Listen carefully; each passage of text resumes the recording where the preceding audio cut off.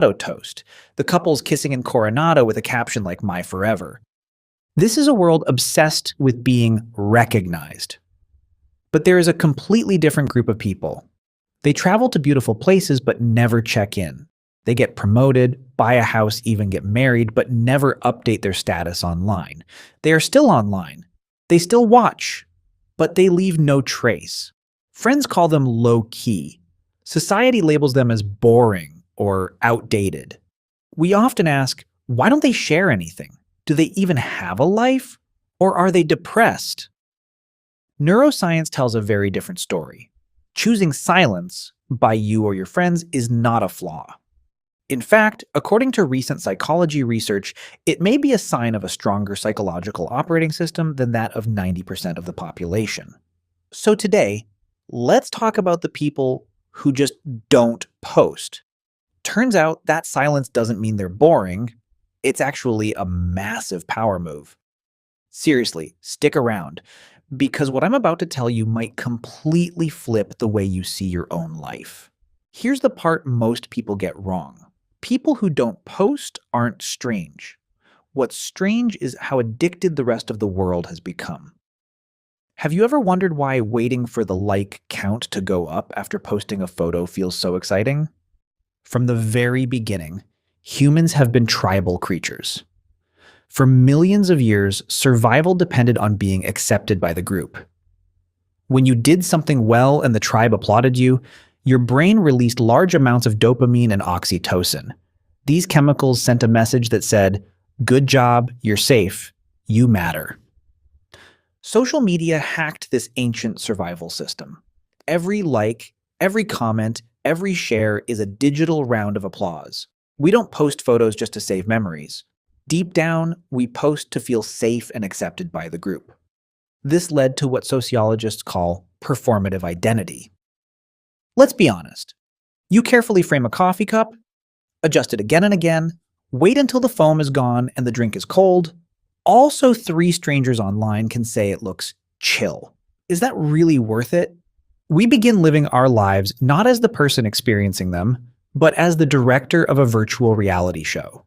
We edit ourselves, hide the darker parts, and only show our best moments.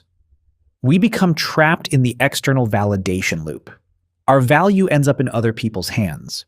But this is where things get interesting for the invisible group. People who don't post often share a powerful psychological trait. Psychologists call it an internal locus of control. While people who are addicted to posting place their self-worth in other people's opinions, meaning their sense of control comes from outside, and they believe they are only attractive if others say they are, people who don't post decide their own value. Their dopamine system is not triggered by outside approval. They see a beautiful sunset, and their brain releases serotonin and oxytocin from the beauty itself, from the present moment. They don't need the extra steps of take a photo, post it, wait for likes to feel happy. An interesting study from Cornell University found that people with high and stable self-esteem tend to share less about their romantic relationships on social media. Why? Because when you truly feel secure about something, the need to prove it to the world disappears. Think about it. Truly wealthy people don't usually show off their money. Truly strong people don't need to act aggressive. And truly happy people may simply be too busy enjoying life to remember to tell social media about it. For people who don't post, silence is not emptiness. It is wholeness. They keep their purest energy for themselves instead of diluting it and selling it cheaply to algorithms. Now, I hear you saying, I'm not posting to show off. I post to save memories. Facebook is my diary. Instagram is my youth archive. Well, that sounds reasonable and romantic, but science delivers a pretty painful slap to that belief. If you think taking photos and posting them helps you remember moments more clearly, you're mistaken. There is a proven psychology effect called the photo-taking impairment effect. Psychologist Linda Henkel conducted a series of experiments in museums. She divided people into 2 groups. One group simply looked at the artwork, and the other was told to take photos to save it. The results the next day were shocking. The group that took photos remembered fewer details, felt less emotion, and made more mistakes than the group that only looked. Why does this happen? Because of something called cognitive offloading. The brain is an extreme energy-saving machine, and honestly a bit lazy. The moment you press the shutter with the idea of saving the moment, the brain gets a signal, oh, the phone has this data? Great. I don't need to remember it. So it removes that moment from deep memory processing. The result is this. You get a sharp 4K photo on your phone, but the memory in your mind becomes blurry and emotionally shallow.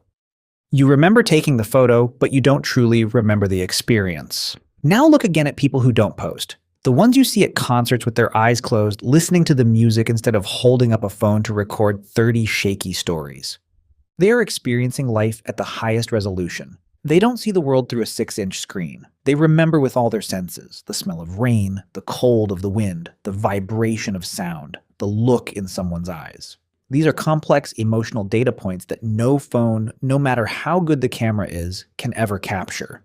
In existential philosophy, there is a concept called presence. When you are busy framing a 16:9 shot, you pull yourself out of reality. You shift from being a participant to being an observer. You become the cameraman of your own life.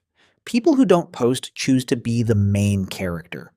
They dissolve into the flow of reality. And here's the interesting part. When you are fully present, time seems to slow down. Their lives feel longer, deeper, and more meaningful.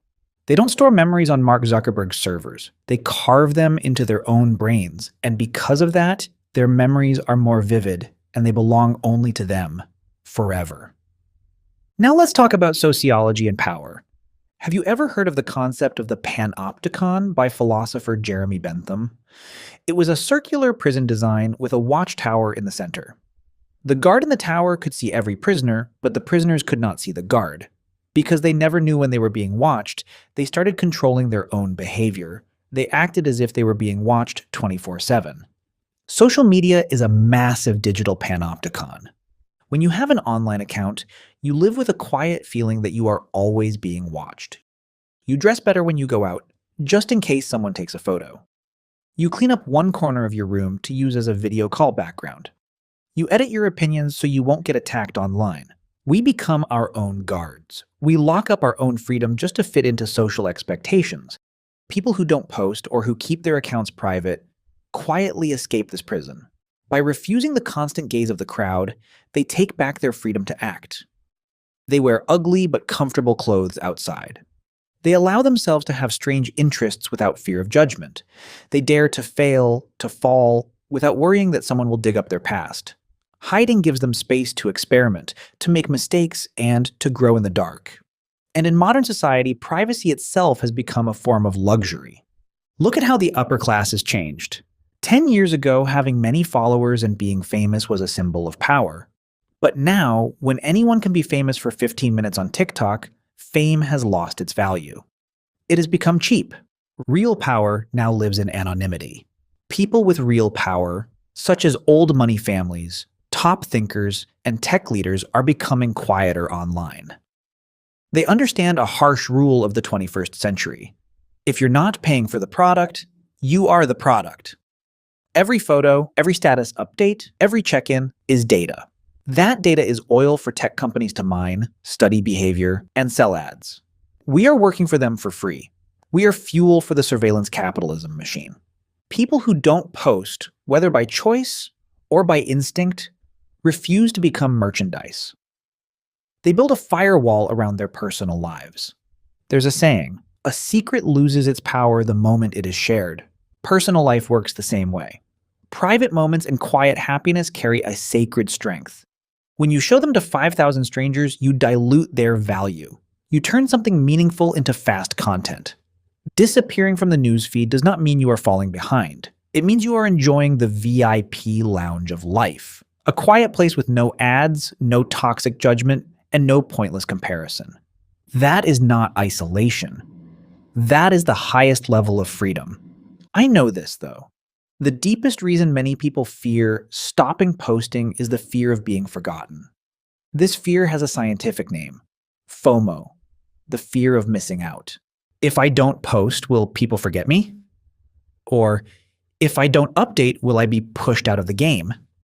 This is a sign of an anxious attachment style towards society. We are like children afraid of being abandoned, constantly crying out for attention by posting. But people who don't post have shifted from FOMO to JOMO, the joy of missing out. They often have secure attachment. They hold a calm and steady belief. I exist. I have value. And the people who truly matter in my life already know that. They understand that real relationships are not kept alive by polite likes. They are built through long phone calls, face-to-face meetings, and quiet help during hard times. They don't need to tell 2,000 casual contacts that they are eating a good cake. They just share the cake with the person sitting across from them. They are also immune to a common thinking bias called the spotlight effect. This is the belief that everyone is watching you and judging everything you do. We think if we wear an old shirt, the whole world will laugh. If we post a typo, everyone will judge us. The hard but freeing truth is this. No one cares about you as much as you think. Everyone is the main character in their own movie. They are too busy worrying about their own story to focus on your small role. The photo you spent 30 minutes editing and 10 minutes writing a caption for gets less than 1 second of someone else's attention. People who don't post deeply understand the great indifference of the universe. And instead of feeling sad that no one is watching, they feel relieved. The world's indifference becomes a shield for their freedom. If no one is watching, you are free. Free to live your way, not the way an Instagram algorithm says is aesthetic. You are free to follow interests that seem boring to others, but make you truly happy. We've been on a long journey together, from brain science to the memory paradox to social power structures. So what is the final message I want to leave you with? Am I being extreme and telling you to delete all social media, throw away your phone, and move to the mountains to live in hiding? No, absolutely not.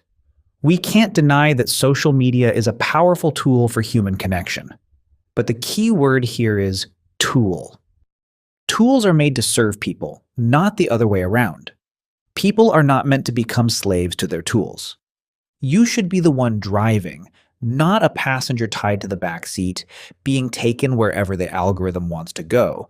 But if you're one of the people watching this video who rarely posts, who feels constant pressure to build a personal brand, but deep down truly hates doing it, then this video is a strong form of validation for you. You are not wrong. You are not broken. You are not boring. Your silence is a form of intelligence. Choosing not to join this performance race does not make you a loser. It turns you into a wise guardian of the most valuable and rare resources of the 21st century, your attention and your peace of mind.